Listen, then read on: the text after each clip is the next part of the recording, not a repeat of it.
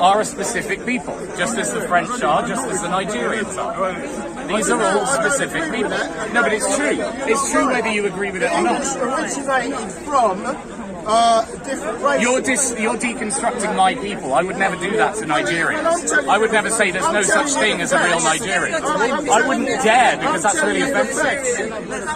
Even Her Majesty herself is of German origin. No, I know. She's a Jewish German lizard.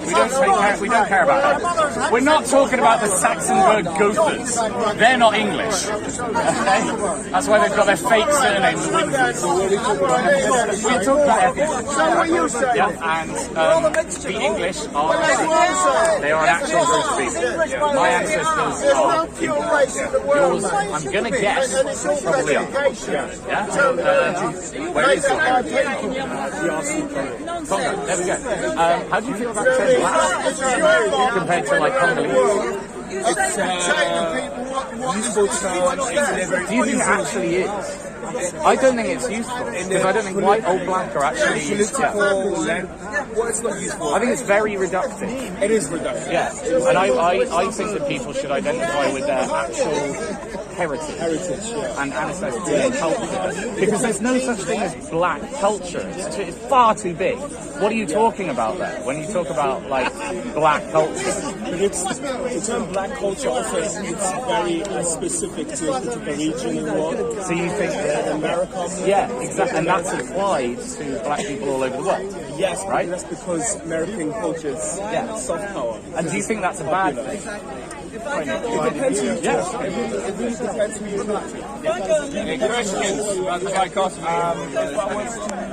If we want to intensify the conversation, I would tell you I'm Congolese. Yeah.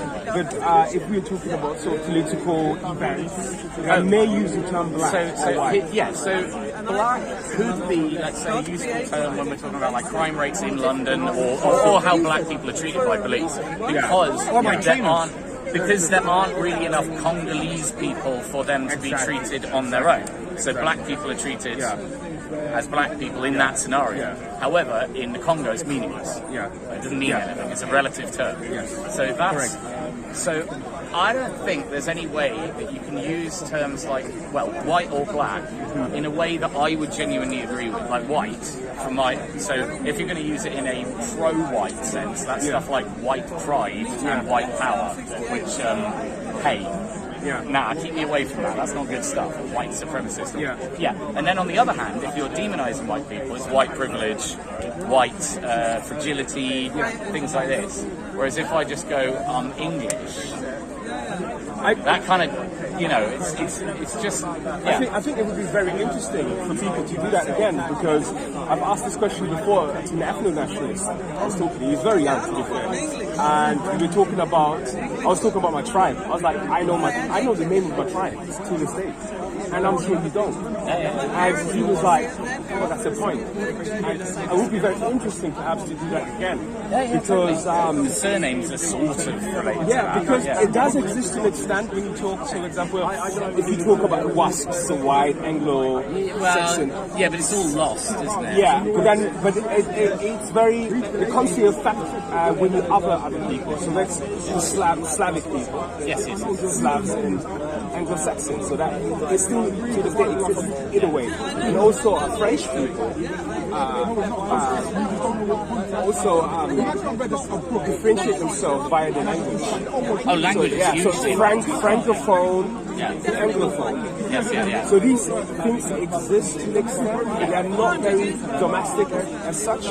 So I commend you, and I'm in full support if you identify as English, and you make sure that there is this thing called English or an English person. Yeah. Well, I don't want mine to be white. That's my thing. I don't want Englishness or whatever because I'm not French. And you will never tell me I'm French because they're weird and rude and smell and they're doing better at resisting.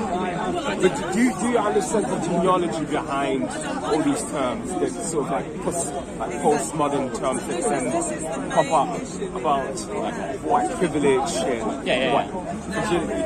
I feel sometimes these terms came into existence because for centuries prior to that, whiteness was used as a tool, as a hammering around the globe.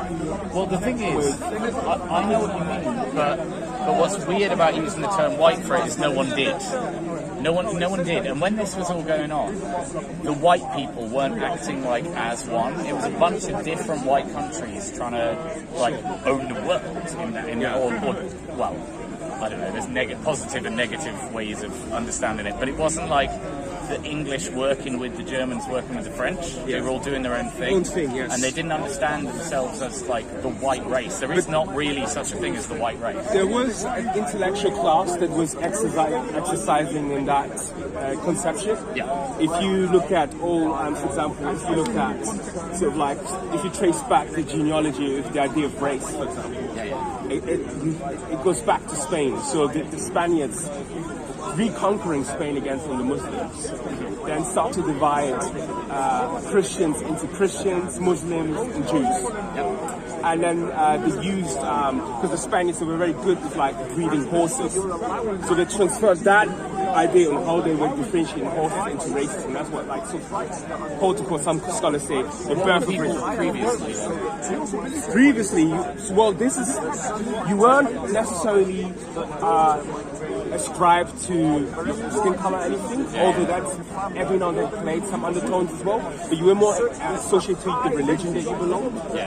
And out of that, centuries later, the idea then of whiteness starts to emerge. Well, it's largely because we've lost our religion, I think, because people would have been Catholic or Protestant. Sure. And these were different ethnic groups as well.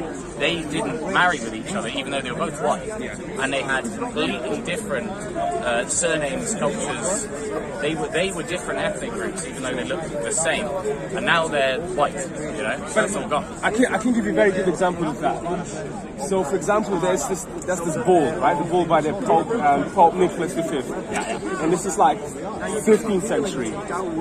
King Alfonso V, Portuguese king, goes to the Pope and says, hey, in Africa, in a particular region, there's a lot of trade. I think we should go in there and we should spread Christianity. In the bull, which is sort of like a decree, the Pope authorizes King Alfonso to go to Africa and colonize, civilize the Saracens, the Animists, and anything that is there. The Saracens was a term for Muslims back then. So this was a direct attack. And out of that, you have centuries later in America now, you have like all these individuals who are now using like scientific racism, scientism to differentiate, because Dawood! Europeans, just a second, Europeans are now encountering other people in a very very inquisitive about it. And then this is where we have all these situations where now skulls are starting to be measured. There's a very interesting person that a lot of these things, these ideas get formalized in. Arthur de Gobineau, and he's the first guy who really formalized the idea of the white race. He called it Aryanism. Yes. Right? So he formalizes that, and he traces it back in a sort of like mythical way almost, by referring to the old knights of the English courtly love and the kings and all of that. So he says, and what you often get is people from other countries or other nations, other ethnicities, but that fall under this banner of white or Aryan, kind of claiming more of the world as their own than they really have any right to. I can talk. I feel very comfortable talking about English culture because that's my thing. I can't really claim credit for achievements of my ancestors, but it feels pride. White, that's ridiculous. That's ridiculous. I'm so uninvolved in most of this. I don't speak most of the languages. But and when people identify with white or Aryan, that's what they're doing. They're gathering up as much as they can. So there was you could say there was an invention of the term. They invented the white race in order to then to do through all these things that they seem to happen, and then there's a backlash in his dialectic backlash where people are like, you're right, the white race was used for a collective of white people to try and gain power. Back then, Aryanism. And now the same fiction, which is the race, is being used to clobber white people. So, make everyone aware that it's a fiction. It doesn't exist. I think that's where the conversation should go. Cool. So that's it. I don't believe that white race exists. That's part of my theory. But there's obviously no black race. There's no black race. It's terminology. It is, but the English exists. Congolese, Somali people exist. The white race doesn't exist. Agree. Cool. Hey. That's fun. Would you say that the English? Would you say that the English race or the English tribe consists of only sub-tribes? There's differences between northerners and southerners and all sorts. And if you go into Wales, you see like towns that have a facial structure because they really don't breed with anyone else. You look like that in that village. So same in Somerset. Same in Somerset. Very You'd be giggling if it weren't true. And Cornwall. Yeah. The further out you get,